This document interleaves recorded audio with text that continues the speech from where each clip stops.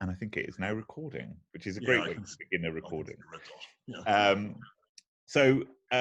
It's with some great delight that I welcome Professor Cian Duffy of Lund University to Edge Hill University in at least virtual form.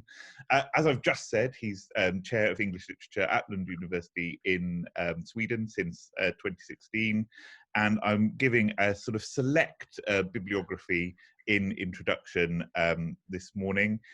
He researches on the intellectual life and cultural history of the late 18th century and the Romantic period, which he has in speech marks in his biography, which I quite like, and published Shelley and the Revolutionary Sublime in 2005, co-edited Cultures of the Sublime in 2011, and followed both of those up with a second monograph on the landscapes of the Sublime in 2013. I think this makes him well placed to take us back this morning to think about Mont Blanc in 2020. So over to you, Cian. Okay, thank you very much, Andy. I'm going to go over to screen share now. So hopefully we should be able to see a PowerPoint on screen in front. Is that looking good? I can see the PowerPoint on the screen in front, yes. Wonderful, excellent. Thanks again for the introduction, and hello everyone. Welcome to Copenhagen, and it is in fact Copenhagen. Although, as Andy said, I'm Professor of English Literature at Lund University in southern Sweden. I actually live just across the bridge here in the Danish capital, which, as you can imagine, has made for something of an interesting experience in 2020 so far. When Andy originally asked me to give this talk, I certainly didn't imagine that I'd be doing it from my sofa in my own home, but nevertheless, here we are, strange times. And those strange times are certainly going to inform in many ways, I think, what I'm going to be talking to you about today. So from Copenhagen, let's journey in imagination virtually, at least to the Alps. If I can change my slide, which for some reason I don't seem to be able to do. That's irritating. Here we go. Yes, excellent. Okay, so Chamonix, often called the Valley of Wonders during the Romantic period, is, as I'm sure you all know, the site of some of the most spectacular alpine landscapes in Western Europe and of its highest mountain, Mont Blanc. And here, in case you're wondering what it actually looks like, is the Valley of Chamonix itself. This view is taken from near the Swiss border in a place called the Col de Bam, looking broadly speaking westwards towards the Mont Blanc Massif. This is Mont Blanc itself here. The Chamonix Valley is down here, and the Mer de Glace glacier that I'll talk about later on is sort of hidden in the cleft of the mountains there. I first went to Chamonix in the summer of 1999. I was 26 years old and working on my PhD, the project that would eventually become my first monograph, Shelley and the Revolutionary Sublime. Although in that book, I traced Shelley's engagement with the sublime across much of his oeuvre, and through many periods of his comparatively short life, I came to the subject, like so many others, I guess, through Mont Blanc, the 6 weeks tour, the Hymn to Intellectual Beauty, the fruits of that spectacular burst of alpine creativity in the summer of 1816 by both of the Shelleys, who seemed to have Mont Blanc at its imaginative and experiential heart. At Chamonix in 1999, then, I was on a kind of pilgrimage, of the kind which many others, of course, have taken before and after me, and about which Shelley scholars like Anna Mercer and Graham Henderson have more recently than I written so eloquently. I was looking for Shelley's Mont Blanc, and I was looking for Shelley at Mont Blanc, convinced that to understand the work, I needed to understand the place, to tread the same ground. I don't think I wondered then whether that was really possible, whether it was possible to return to where Shelley had been. That question, and what it might mean for the way we read the Shelley's alpine work, is my subject in this talk. One thing is certain, it's a cliched expression, I know, but I fell in love with Chamonix in 1999, and I've been going there almost every summer since. I hope I can keep on doing so. So be it when I shall grow old, as William Wordsworth might say. I have also, of course, spent a good part of those same 20 years writing about Chamonix about Mont Blanc and about the Alps more generally. And not only in the context of the Shelleys, but also with a wider interest in the place of the natural sublime in the cultural history of Europe during the 18th century and Romantic period.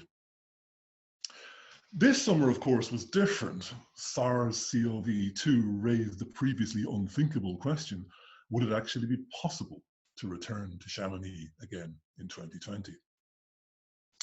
Whilst I was thinking about that question, I was struck by the fact that this is a situation, sort of, which Mary Shelley had already imagined in her 1826 novel, The Last Man. In the 28th chapter of the third volume of that novel, the surviving remnants of humanity go back to Chamonix in the hope of escaping the pandemic plague, which has all but wiped out our species. We vainly sought the vast and ever-moving glaciers of Chamonix, the narrator tells us, rifts of pendant ice, seas of congealated waters, the leafless groves of tempest-battered pines, dells, mere paths for the loud avalanche, and hilltops, the resort of thunderstorms. Pestilence reigned paramount even here. Yet we were not quite wrong in seeking a scene like this, whereon to close the drama. Nature, true to the last, consoled us in the very heart of misery. Sublime grandeur of outward objects soothed our hapless hearts and were in harmony with our desolation. The engagement with the natural sublime throughout the Chamonix passage of Mary Shelley's novel has much in common with Percy Shelley's response to that same landscape in his earlier poem, Mont Blanc, composed approximately a decade earlier. Both texts insist upon the essential inhumanity of the sublime landscape. There is no God to be found here, whilst simultaneously recognizing the ability of that landscape to console the viewing subject, perhaps precisely on account of its inhumanity. This is a nature, to adapt William Wordsworth's dictum, which both does and does not betray the heart which loves her. Mary Shelley's novel bears out this double potential in the natural sublime, because it is at Chamonix too that the plague which has devastated humanity finally comes to an end. And it is at Chamonix where the final victim of the plague is buried, near the sources of the Aveyron River at the foot of the Mer de Glace, the celebrated glacier which Mary and Percy and Claire Claremont had visited together in the summer of 1816. This is, broadly speaking, contemporary painting by Carl Ludwig Hackert of the Mer de Glace. You can see that there are some tourist parties here and the beginnings of some form of tourist infrastructure along the side of the glacier as well. And if you imagine sort of lower down, the glacier flows in this direction down towards the valley of Chamonix.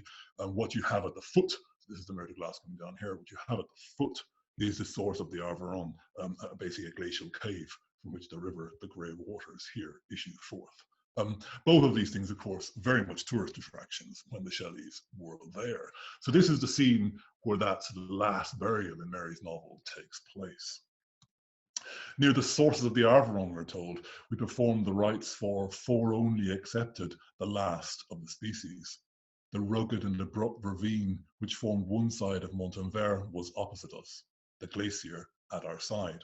At our feet, the Aveyron, white and foaming, dashed over the pointed rocks that jutted into it, and with whirring spray and ceaseless roar, disturbed the stilly night.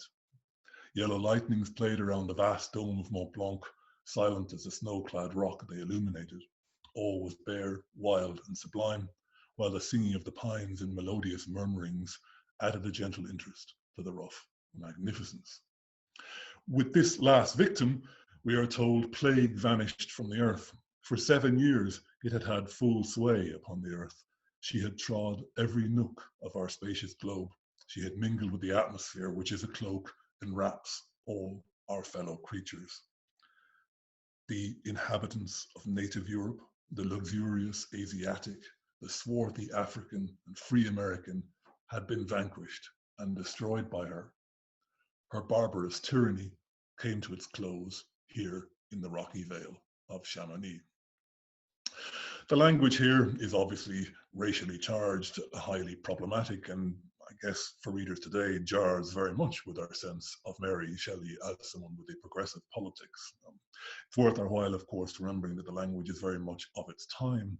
It may be difficult for us to understand that now, but what Mary Shelley is trying to do here is to articulate some sense of a common humanity which has equally been wiped out by plague. The desire of Mary Shelley's character is to escape the plague in the high Alps by seeking there the kind of cold, wintry conditions during which the plague waned in each of the previous 7 years has not been entirely unfounded then. The plague does end there. And of course, their journey anticipates many similar escapes in subsequent dystopian cultural texts. It has become a commonplace trope almost, and there is something very romantic, and in today's terminology, we might even say something very ecological about this idea of salvation through a return to nature, even if nature itself is what we need to be saved from. And I'll come back to these ideas later in my talk. Returning to Chamonix in 2020, in the middle of a global pandemic then, I had a strange sense not only of returning to a place where I'd been before, but also of returning to a scene which had been imagined before I was even born, and which I had read many times before this year. That too I will come back to later, but what I want to focus on now, however, are the various kinds and modes of return to Chamonix, which are taking place in this, the penultimate scene of Mary's novel. First, on the most obvious level, characters are returning to Chamonix, returning to a place where they have been before, with expectations which, as we have seen, both are and are not fulfilled, in both expected and in unexpected ways.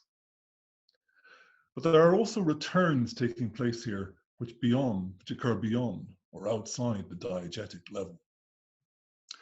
Mary Shelley is returning, in imagination at least, to scenes which she visited in the summer of 1816, although in her novel, the plague has made those scenes almost unrecognizable from the actual landscapes which Mary saw or would have seen again had she returned to Chamonix in 1826.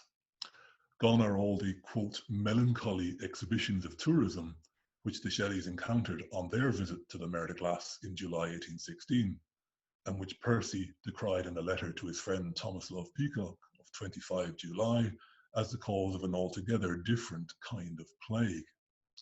Both the tourists themselves, whom Percy calls those vulgar great who corrupt the manners of the people, but also the whole army of aubergistes and guides, and indeed the entire mass of the population who, Shelley says, subsist on the weakness and credulity of travellers as leeches subsist on the blood of the sick.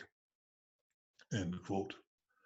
The sight in the novel is thus both instantly recognizable and entirely othered, paradoxically made more consoling, more romantic, we might say, by the devastation of its human population. By freeing the sight of its tourists, Mary's novel enacts for the reader the kind of environmental and aesthetic transformation of the site which the plague enacts on the level of the plot. The potency of the scene, both in the novel and for the reader, depends precisely upon the excision of tourism. Salvation of this romantic kind, it seems, can only be for the few. Mary Shelley is also returning in this part of The Last Man to Percy's poem Mont Blanc. There are numerous intertextual echoes in the Arveyron burial scene of the dark, deep ravine at the center of the opening phrases of Shelley's poem, of the unresting sound of the river, of the voiceless lightnings that play around the summit of Mont Blanc, and of the old and solemn harmony produced by the wind in the giant brood of pines which cling to the lower slopes of the mountain. There's something very touching, I think, about these returns on Mary's part to those memories from 1816, and especially when we remember that The Last Man itself is a roman à clef about the Shelley Circle, with Mary in 1826, in some very real sense, its last survivor. Going back to Chamonix in her novel then must have been for the author, as for her characters, an escape and a consolation, albeit not one free from grief. What is perhaps most interesting of all, however, and what certainly qualifies any uncomplicatedly autobiographical reading of the kind I've just offered, is the fact that Mary Shelley is also returning in The Last Man to another earlier return to Chamonix, one which she had narrated herself in her own earlier novel, Frankenstein. In the first chapter of the second volume of the novel, a depressed Victor goes back to Chamonix to seek consolation and perhaps redemption amongst the mountains. My wanderings, Victor tells us, were directed towards the valley of Chamonix. I had visited frequently during my boyhood. 6 years had passed since then. I was a wreck, but naught in those savage, and naught had changed in those saving and enduring scenes. Perhaps not the time to reflect on how much of a wreck I feel I may have become over the intervening 20 years. Victor's insistence on the permanence of the alpine landscape, in contrast to the transience of human life, is a little disingenuous. So I was a wreck, but nothing had changed in those savage scenes. Both the Shelleys were well aware of the short and long-term geological transformations operating and visible at Chamonix. Their letters, journal entries, and of course the 6 weeks tour all recognize this as a living landscape, albeit one living on a much longer, slower timescale. But like the funeral group in The Last Man, for Victor too, returning to Chamonix becomes the occasion for finding consolation, Mary uses that same word, in the landscape, which he also experiences alone. There are no tourists present this time either. This is Victor.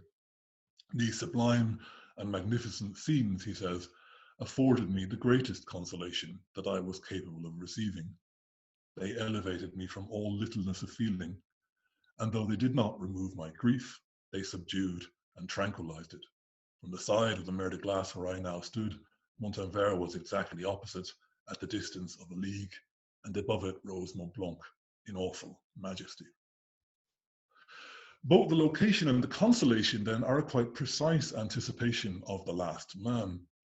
And Victor sensed that the landscape elevated him from all littleness of feeling, a direct echo of Jean-Jacques Rousseau's seminal account of the High Alps in the 23rd letter of the first part of his epistolary novel, Julie ou la Nouvelle Louise, which Mary and Percy were reading at Chamonix in 1816. This is Rousseau.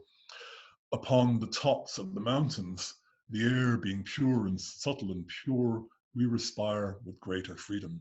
Our bodies are more active, our minds are more serene, our pleasures less ardent, and our passions much more moderate. Our meditations acquire a degree of sublimity from the grandeur of the objects that surround us. It seems as if, being lifted above all human society, we had left every low terrestrial sentiment behind, and as we approach the ethereal regions, the soul imbibes something of their eternal purity. In Rousseau, then, like in many texts afterwards, the natural sublime is a physiological experience. The physiological changes produced by altitude have a direct mental correlation. That is what Victor and many others describe. Chamonix, then, is a place that people return to in Mary Shelley's writing. And is it a place that Mary Shelley herself returns to in her writing? And it is, of course, a place that many others returned to and wrote about returning to during the Romantic period. William Wordsworth, who first visited in 1790, returned there many times in his writing, in what are now some of the most canonical moments of English Romantic literature, the descriptive sketches and the alpine passages of the prelude. And he returned there in person, of course, with his whole family in 1820, and then again in the Chamonix poems of his memorials of a tour on the continent, which reappraise and resituate those earlier experiences. The explorers and natural philosophers Marc Theodore Boie and Horace Benedictus Saussure, about whom I'll have more to say later, both also returned to Chamonix many times and returned to those returns in their writings. That was then. But what does it mean for us, as scholars of the Shelleys and of British Romantic literature more generally, to return to Chamonix in 2020? Can we return to the place the Shelleys or the Wordsworth visited? And if we can, what might such a return mean for the way in which we read their work? In an obvious sense, the answer to the first question, can we return to the place the Shelleys, the Wordsworth visited, is no. It's impossible for us to return to the Chamonix which the Shelleys visited. It is, in a very real, physical and environmental sense, not the same place. This, just to remind you, is again, roughly speaking, what the Mer de Glace looked like when the Shelleys saw it in July 1816. This is what Mary Shelley had in mind when she set scenes from Frankenstein and The Last Man in that landscape. This is what it looks like today, in a photograph taken more or less actually 200 years from the sign there. And you can see the lateral walls here of what were once the sides of the Mer de Glace. The glacier has receded. All that's left visible of the ice is this. The valley is completely emptied. From a more distant shot, you can see really clearly how the glacier has retreated. So that previous photograph and the scene that Hackhart's view is taken from around there. And you can see that all this, which was ice leading down to the source of the Aveyron, is completely gone. All that's left is moraine, a devastated landscape where once there was a glacier, but where there is not much really left. So much then for Shelley's claim in his often quoted letter to Peacock of 22 July 1816 that Chamonix glaciers must augment and will subsist at least until they have overflowed this vale. That simply has not happened. Shelley knew, of course, that contemporary natural philosophers held divided opinions about glacial increase and decrease. And here is Shelley on Saussure. Saussure, the naturalist, says that the glaciers have their periods of increase and decay. The people of the country hold an opinion entirely different, but I judge more probable. It is curious in this instance that Percy chose to side not with natural philosophy, but with local opinion. And one might well wonder how this particular passage of his letter could qualify Percy's reference in lines 80 to 83 of his poem Mont Blanc to the wise and great and good who can interpret or make felt or deeply feel the mysterious voice of the great mountain. Who are those wise exactly? The landscape, the physical landscape, the environmental landscape of Chamonix is simply not the same. But it's not only the physical landscape at Mont Blanc that has changed. The extent to which tourists can now access that landscape has altered in ways which the Shelleys could hardly have imagined for all their complaints. And that's to say nothing at all about the droves of mountaineer tourists who throng the major routes to the summit of Mont Blanc each year. Shelley's poem, we remember, insists that much of the effective power and much of the ontological significance of the mountain comes precisely from its inaccessibility, even though the Shelleys, of course, knew that the mountain had been summited a number of times before their arrival in Chamonix. This is Mont Blanc. Power dwells apart in its tranquility, remote, serene, and inaccessible. And this, the naked countenance of earth on which I gaze, even these primeval mountains teach the adverting mind. Once again, then, Mont Blanc is a sublime spectacle because of its elevation and distance, its remoteness from the viewer, and it is exactly those same qualities which allow the mountain to function in Shelley's poem as a metonym for the natural order of which it is also a manifestation. It is in the inaccessibility of the mountain that its effective and ontological power lies. Today, however, we have something like this. This is an attraction built on the Aiguille du Midi cable car, one of the highest cable cars in the world over here, which allows you to step out into a glass box called the Pas sur le Vide, the step into the void, to come really rather close to this kind of landscape. The landscape has been commoditized, commercialized, and made available for relatively substantial sums of money to increasingly substantial numbers of tourists. What you can't quite see in this picture is the crowds who throng the viewing galleries, the cable cars, the railways to come and get close to the landscape, to break down the distance between the spectator's position, the viewer's position, and the actual scene. That inaccessibility, that evanescence of the mountain in Shelley's poem has been gradually undermined. The Alpine Sublime, in short, has become big business. And it's a business that's even kept open this year during the pandemic. And these are the instructions that you see around the EHUNineteen cable car, explaining how you must conduct yourself to maintain social distancing and so on and so forth. You've got the thermal cameras, hydroalcoholic solutions, and all the rest of it. And it's a really bizarre phenomenon. Difficult to describe the bizarreness of it if you're not there to see it. The contrast between this mass consumer tourism kept up under the most difficult of circumstances. The contrast between that and the supposed purity and austerity and remoteness and wildness of the landscape. Mont Blanc, the Alps in that sense, really no longer a wild space. The tourism, the reason why people go there, fundamentally antithetical in some sense for what people go to see. We're reminded, of course, of William Wordsworth's lament in his 1820 Guide to the Lakes, that he had caused inadvertently increased visitor numbers by writing about the beauty of the Lake District. People destroy the thing they seek precisely because of the numbers in which they seek it. And that, of course, was Wordsworth's complaint, that having written this Guide to the Lakes, more people came to see the place. This is the awful paradox that the romantic valorization of the wild places of the world has become, to an extent, unwittingly, certainly unwillingly, complicitly in their destruction. In the 20 years that I have been returning to Chamonix, tourism in the valley has developed exponentially.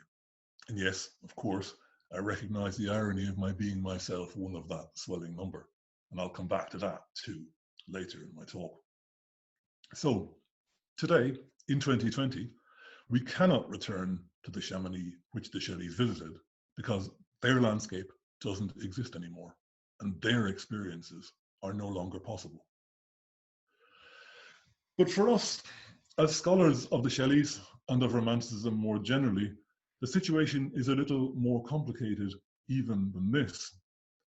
We cannot return to the Chamonix which the Shelleys visited because we can only return to a Chamonix which now includes the Shelleys as part of its cultural landscape.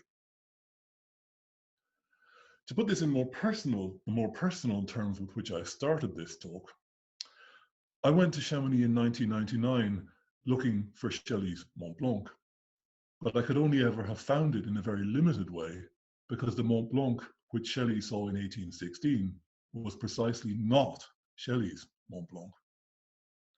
Certainly, the mountains had other associations for him then, but he and Mary and Coleridge and Byron and Wordsworth and all the others are now so inescapably part of that mountain for us that we simply cannot see what they saw. That Chamonix doesn't exist anymore either.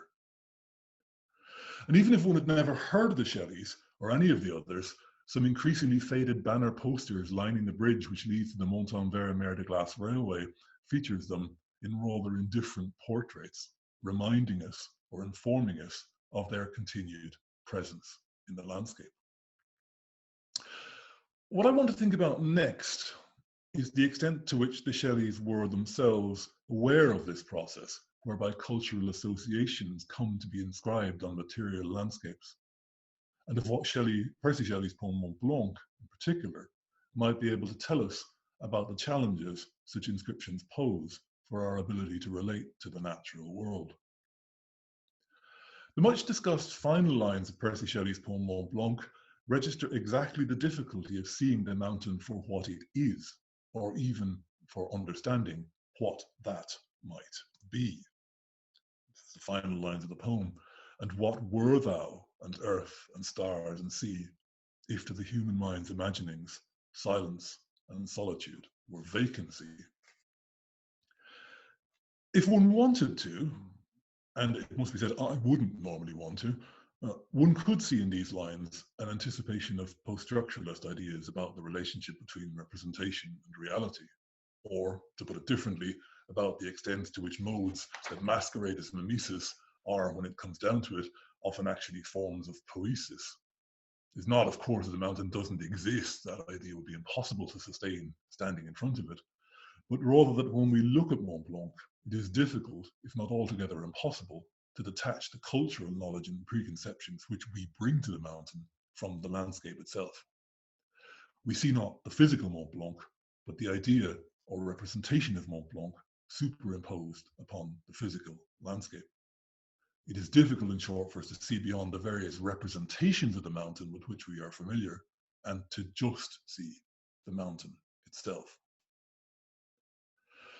The problem that Shelley formulates here is thus, in some ways at least, the obverse of that with which William Wordsworth grapples in Book 6 of the Prelude, when he describes his first sight of Mont Blanc. That day we first beheld the summit of Mont Blanc, and grieved to have a soulless image on the eye, which had usurped upon a living thought that never more could be. For Wordsworth, the problem is that the actual Mont Blanc, the soulless image, which he saw that day, failed to live up to the idea of Mont Blanc, the living thought, which he carried with him to the Alps, and which was the product, evidently, not of any actual prior experience of the mountain on Wordsworth's part, but rather of what he had been led to expect of the mountain from books he had read, paintings he had seen, and ideas he had formed in his own mind. The actual Mont Blanc, in other words, failed, in Wordsworth's opinion, to live up to what new historicist critics, following Stephen Greenblatt, might call the social energy surrounding Mont Blanc. The geological mountain failed to measure up, for Wordsworth, to the mountain as discursive object. On a slightly pedantic side note, perhaps, I've never quite understood Wordsworth's problem with this view of Mont Blanc. Having stood in the same spot, more or less, I mean, I think it is really, really impressive. The whole episode, I suspect, as others have also suggested, is a rhetorical construct used to set up the subsequent apostrophe to the imagination, rather than a record of what Wordsworth actually felt that morning. And of course, the entire episode is absent from Wordsworth's earlier account of Chamonix in the descriptive sketches. So we need to put question marks over the reliability of that to see it more, again, as a rhetorical experiment rather than a record of lived experience. But if for Wordsworth the problem at Mont Blanc was with reality failing to live up to expectations, then Percy Shelley, his poem Mont Blanc, diagnoses, as I've said, an exactly opposite dilemma: how to see beyond expectations, beyond personal and cultural predisposition to the thing itself.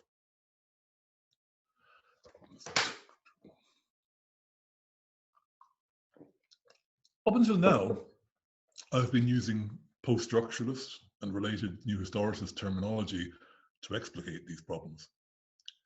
We can certainly see in these kinds of text how Romantic period writing often anticipates the so-called linguistic turn in 20th century critical theory. But I also express my reluctance to use such terminology. And that is because Romantic period writing not only engages these issues, but also provides us with paradigms for describing and potentially for resolving them. In my second monograph, which Andy mentioned earlier, The Landscape of the Sublime, which also incidentally began life as a project about Chamonix in the Alps, I focused on the importance to Romantic period writing about a range of different kinds of natural sublimity of the concept of classic ground. This is a concept which derives substantially, by no means entirely, from Joseph Addison's letter from Italy. Here is Addison on the Italian countryside. "For whereso I turn my ravished eyes," he says, "gay gilded scenes and shining prospects rise. Poetic fields encompass me around, and still I seem to tread on classic ground. For here the muse so oft her harp has strung, that not a mountain rears its head unsung. Renowned in verse each shady thicket grows, and every stream in heavenly numbers flows." Addison sees here then less the landscape itself than the things which have been written about it.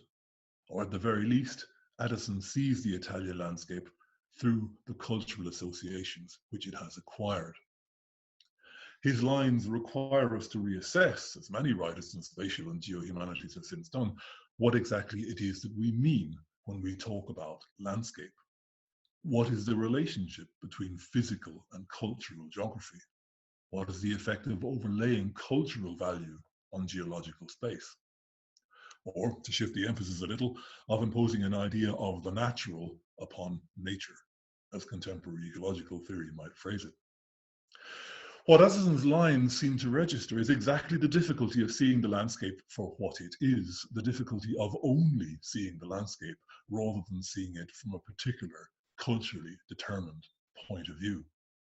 What were thou and earth and stars and sea, Shelley asked of Mont Blanc, if to the human mind's imaginings silence and solitude were vacancy? And it's a good question. What is this?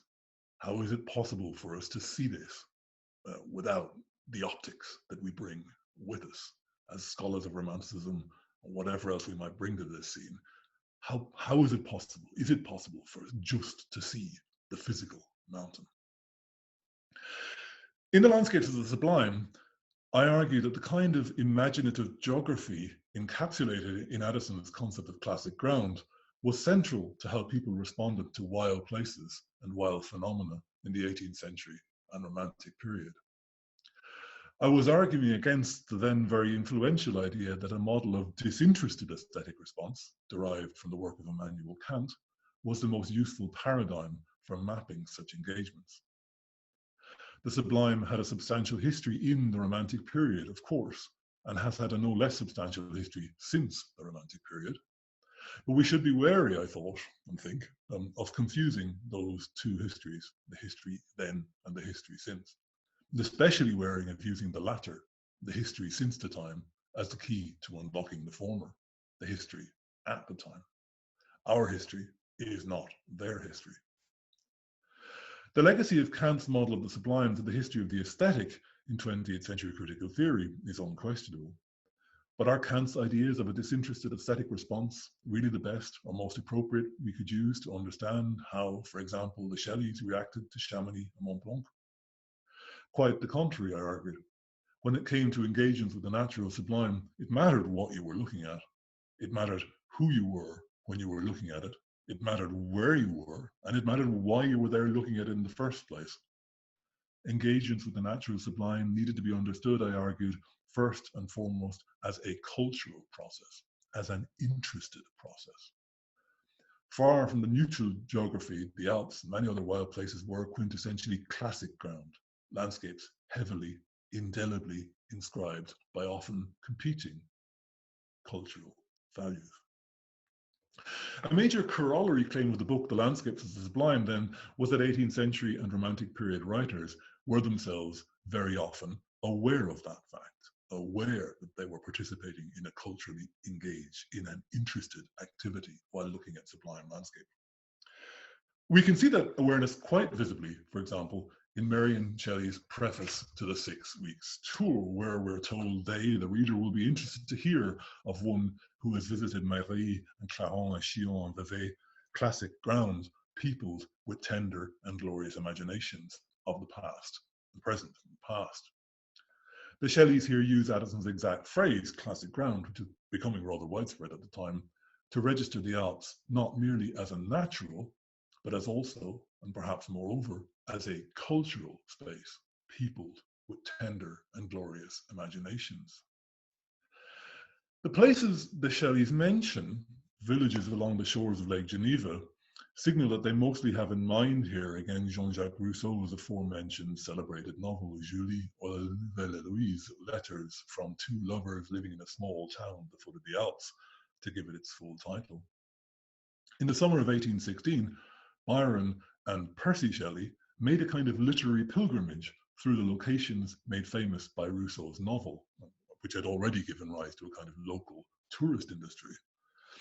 In a letter to Peacock of 12 July 1816, Shelley described their stay at Clarens, one of the key locales in the novel.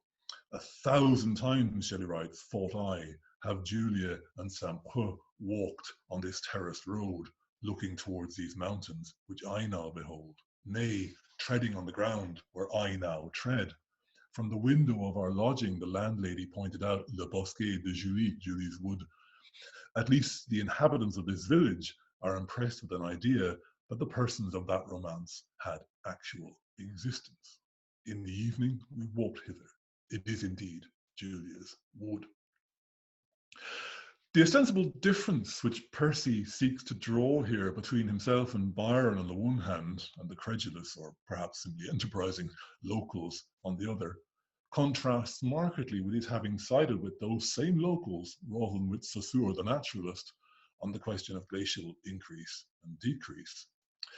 Be that as it may, what is clear from this passage, however, is the difficulty and perhaps even the undesirability of seeing the landscape independently of the associations which it has acquired. And Shelley's phrasing slips in and out of a literal and figurative understanding of the relationship between the characters and the actual places where the novel is set. In the same letter, Percy registers the effective power of such associations and the concomitant power of the imagination to effect lasting political change, telling Peacock, we heard that the Empress Marie Louise of Austria, Napoleon's wife in 1810, had slept at Maillery before the present inn was built, and when the accommodations were those of the most wretched village, in remembrance of Saint-Preux. So Rousseau's imagination combined with the landscape can persuade an empress to sleep in an inn. This is the power of imagination. This is the power of what art can achieve. And it is no doubt the case that Shelley's famous assertion in his defense of poetry that poets are the unacknowledged legislators of the world comes very substantially from experiences like this.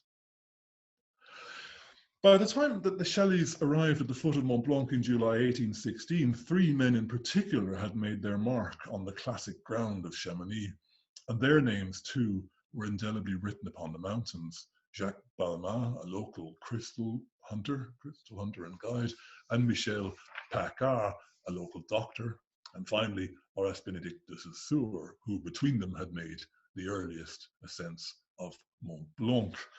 The great poster which Andy and Bob chose to advertise this talk shows a scene from Saussure's ascent in 1787, which is very, very often documented, redocumented, and imaged in various ways.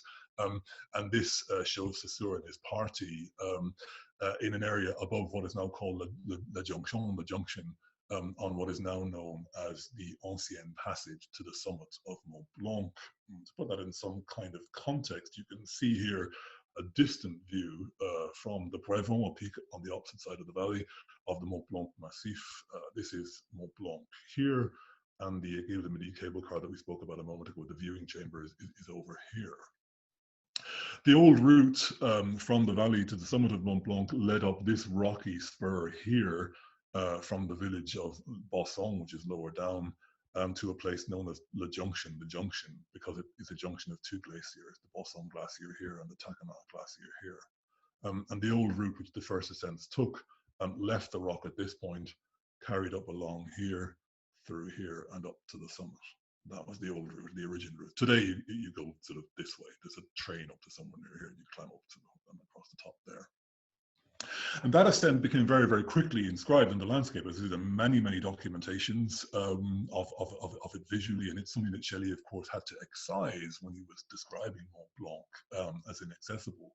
And so visible very much in the landscape today. When you get to the junction site today at 2,530 meters, there is a plaque there at the very Gita Balmat, the very boulder under which Balmat and Paccard sheltered on their first ascent to the summit of Mont Blanc, reminding you what happened here and of the courage and so on, the force, the volonté, the will and courage, and that led these men to the summit. So those ascents are now also part of the landscape. Even if you didn't know about them when you went there, you'd be forced to engage with them by the time you got there. From the junction itself, incidentally, this is the view further up the hill. So Balmat and Paccard stay off screen here, as it were. The route continues along the rock spur here, around this way, up the side to the summit of Mont Blanc, which is here. It looks less low because it's still a long way in the distance. And that's the junction of the glaciers. From the ascent of Mont Blanc, then, let's begin to make our way down now towards something like the beginning of the end of this talk, at least.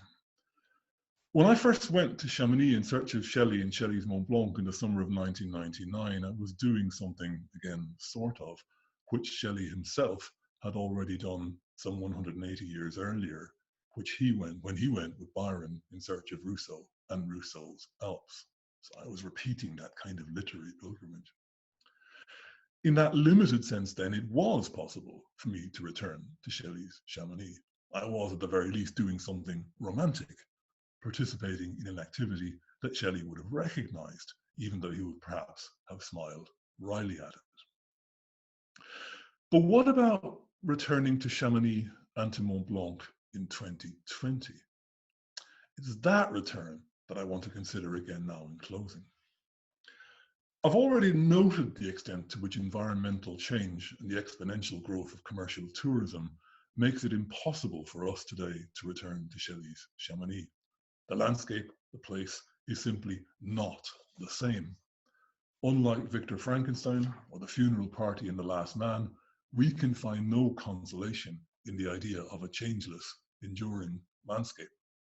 Conversely, we are all too aware of its fragility, a fragility blazoned on the now bare paths of what once were glaciers so enormous that they seemed likely to engulf the entire valley, like snakes that watch their prey from the far fountains, as Percy puts it in Mont Blanc. And these are changes which we have wrought. We have done this.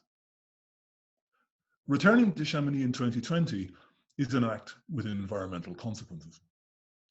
And that act is symptomatic, as I've already suggested, of a wider problem.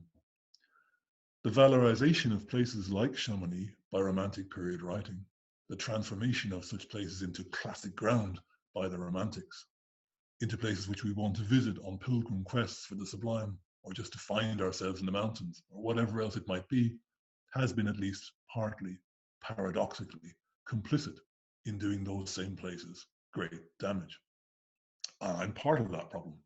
Part of that damage has been done by me and by my annual pilgrimages to Chamonix. Returning to Chamonix in 2020, I also began to wonder if the ways in which I have read Romantic period texts about the sublime could be part of that problem too.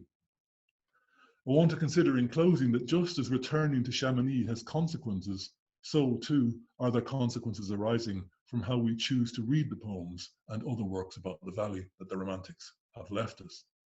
And here as well, I think Percy Shelley's Mont Blanc has something to tell us. That poem which is so greatly concerned with the problem of seeing the great mountain for what it is, concerned about the right way to interpret or make felt or deeply feel the mysterious voice of the wilderness. Can we see beyond the classic ground of Chamonix and see the landscape itself? Can we ever in that sense return to nature, ever see it for what it is, independently of the values which we continue to inscribe upon it? In an essay published in 1998, Nigel Leask, then my doctoral supervisor at Cambridge, took issue with those previous readings of Mont Blanc which he felt had focused exclusively on the epistemological and ontological concerns of the poem in isolation from its topographical context. This is Nigel. And there is a danger that such a focus is limiting in relation to the poem's possible interpretive contexts, Leask suggests. A too narrowly defined focus here can lead the critic to overlook the poem's ostensible object, the mountain itself, representation of which, in any case, circumscribes the poem's epistemological discourse. Armed with Nigel's advice in my own readings of Shelley's Mont Blanc and of a whole range of other Romantic period writing about Chamonix in the Alps and other sites of the sublime, I've always tried to recover, one might say to return, to the immediate cultural and historical context for those writings, rather than to any subsequent history of the aesthetic or to any preconceived notions about what romantic engagements with the sublime ought to do. To put it another way, I've been concerned to document the reciprocal relationship between, for example, Shelley's Mont Blanc and the social energy around the Alps in the late 18th and early 19th centuries, convinced again that doing so was the only way to really understand the poem, to really return to what it meant when Shelley wrote it. Literary criticism in that sense became, at least for me, a kind of return, not so much what Greenblatt calls a speaking with the dead, but rather a returning to times and places which no longer exist.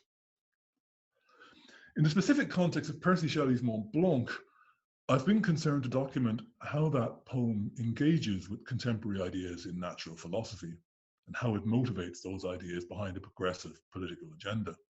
offering an anti-catastrophist understanding of the sublime, not as evidence of divinity, but rather as evidence of meliorative natural processes operating over deep time. Political radicals, Shelley implies in the poem, need to see the big picture, to play the long game, not to take fright at immediate setbacks, but rather to try to see the process as a whole and trust in time to enact lasting change. Those are lessons which are certainly not less relevant to the impatient times in which we live today.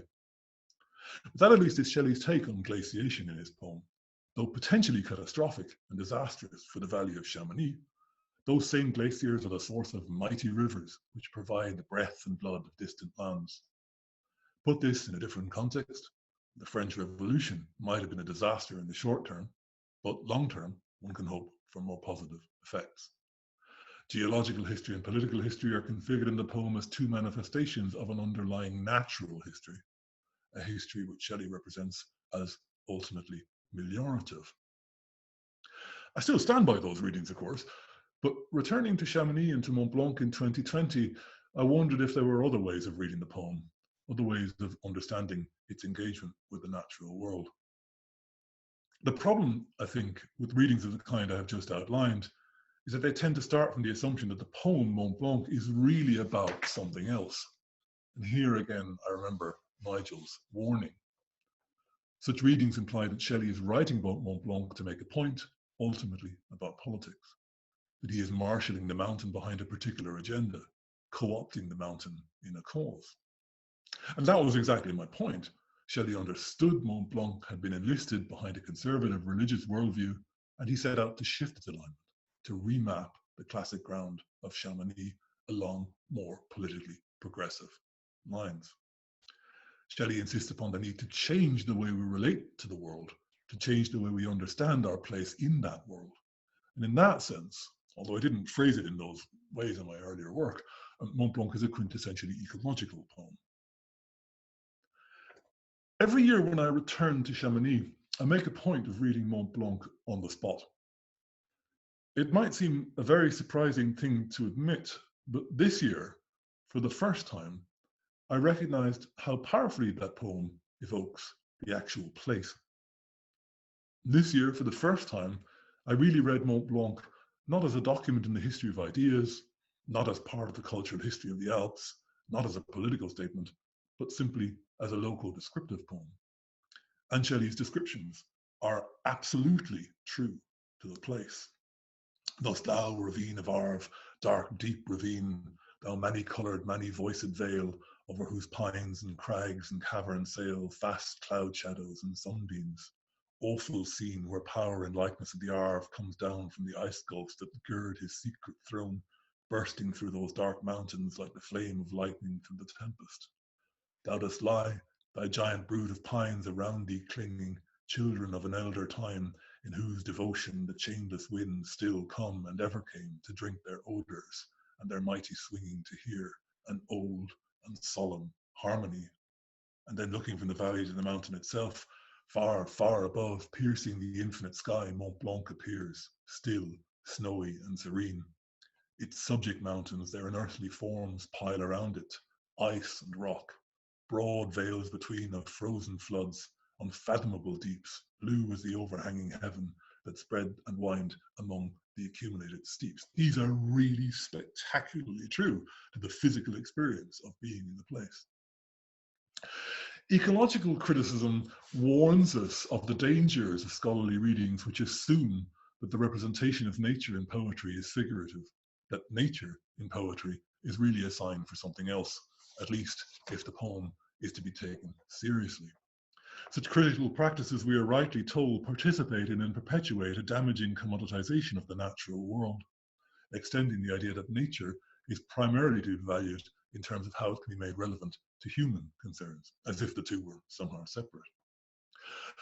I'm not suggesting, of course, that we should abandon criticism and just read poems like Mont Blanc literally, far from it. But the poem, as I've said, speaks directly to our contemporary environmental concerns. What I am suggesting, though, is that if we return to Shelley's poem in 2020, then we should make sure that we do not, in our rush to interpret the poem, lose sight of the natural wonders it so powerfully evokes. in a very real sense, it is possible to return to Chamonix by reading Percy Shelley's Mont Blanc. Again, what were thou, and earth, and stars, and sea, if to the human mind's imaginings, silence and solitude were vacancy? Thank you for listening. I look forward to your questions in a week's time.